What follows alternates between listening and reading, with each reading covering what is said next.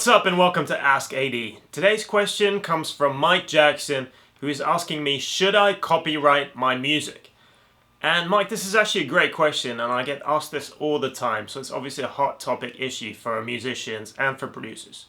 So let me just explain for a second how copyright works. The very same minute that you create a piece of music, whether that's some lyrics that you penned or some vocals that you recorded or maybe a piano melody that you played on the piano, you already own the copyright to that music. So basically you own all of the rights. The issue comes with being able to prove that you are in fact the original creator of a piece of music. So that's where things get tricky, and obviously if it comes down to it, if you're ever put in a situation where somebody steals your vocals, steals your lyrics, or your piano melody, or whatever else it is, then you need to be able to prove that you are the person who originally created it. There are some really obvious ways that you can do that. For example, you should always keep backups and save files of all your work. So if you just made a beat or you just recorded some vocals, make sure that you save those. You save the complete session showing all the individual notes and all the individual ad-libs and stuff like that you recorded, and keep backups of all your work. So it's really important that you always have everything there to prove that you created it. Another way that you can safeguard your music is to register it with your performance rights organization. So for example, with BMI or ASCAP, or if you're in Germany, GEMA, or in the UK, that would be the PRS.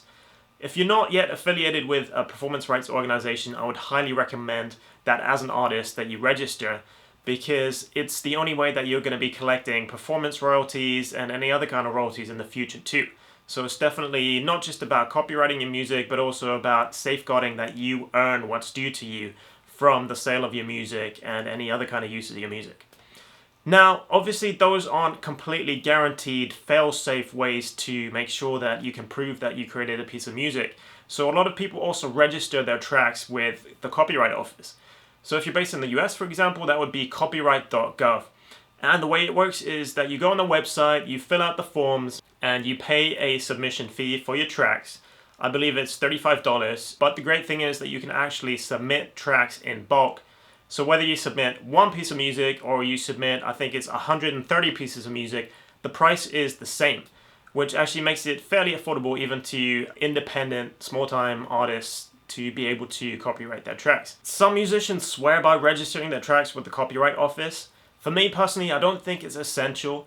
I think there are many other ways to prove that you created a piece of music, and the only time where it would be really beneficial to have registered with the Copyright Office is in a case where there's a legal situation and either you get sued or you were trying to sue someone else who stole your work. In those situations, obviously the more proof you have to show that you created a piece of music, the more favorable a position you will be in, and the more likely you'll get the outcome that you want, which is to prove that you created a particular vocal or chord progression or whatever else it is. But having said that, there's very few cases which actually go to court in the first place, just because litigation is super expensive, both on the part of the person suing and also the person defending, because it takes up a lot of time, it takes up a lot of legal fees, and it's just not a great situation to be in the first place. And if you're worried about, for example, the big artists or the big labels stealing your music and making millions of dollars with your work, they're going to want to avoid those kind of legal situations just as much as you do. In fact, in some cases even more so, because obviously they have a reputation to uphold, and the last thing they want is the bad press of some kind of a legal dispute. And in more situations than not, you're going to find a way to settle any kind of disputes outside of the courts in any case. So you really don't have to be too concerned with people trying to rip off your music and making millions of dollars. Now, what can happen quite often is that people just stream rip your music, they might even download it and pass it off as their own, they might steal your beats and try and sell them online. And in those situations, to be honest with you, even if you have copyright for a beat or a piece of music, that's not really going to help you, and it's not going to stop people from stealing your stuff. And if you try and go after them, they're just going to disappear into cyberspace. So honestly, in my personal opinion, is it worth copywriting every single one of your beats or every single one of your tracks? Probably not. But if you have a really big major release, or you're an artist and you just came out with a new album, then just go ahead and bulk copyright that. Let me crush one big myth for you guys for a second. Maybe you've heard about something called the poor man's copyright.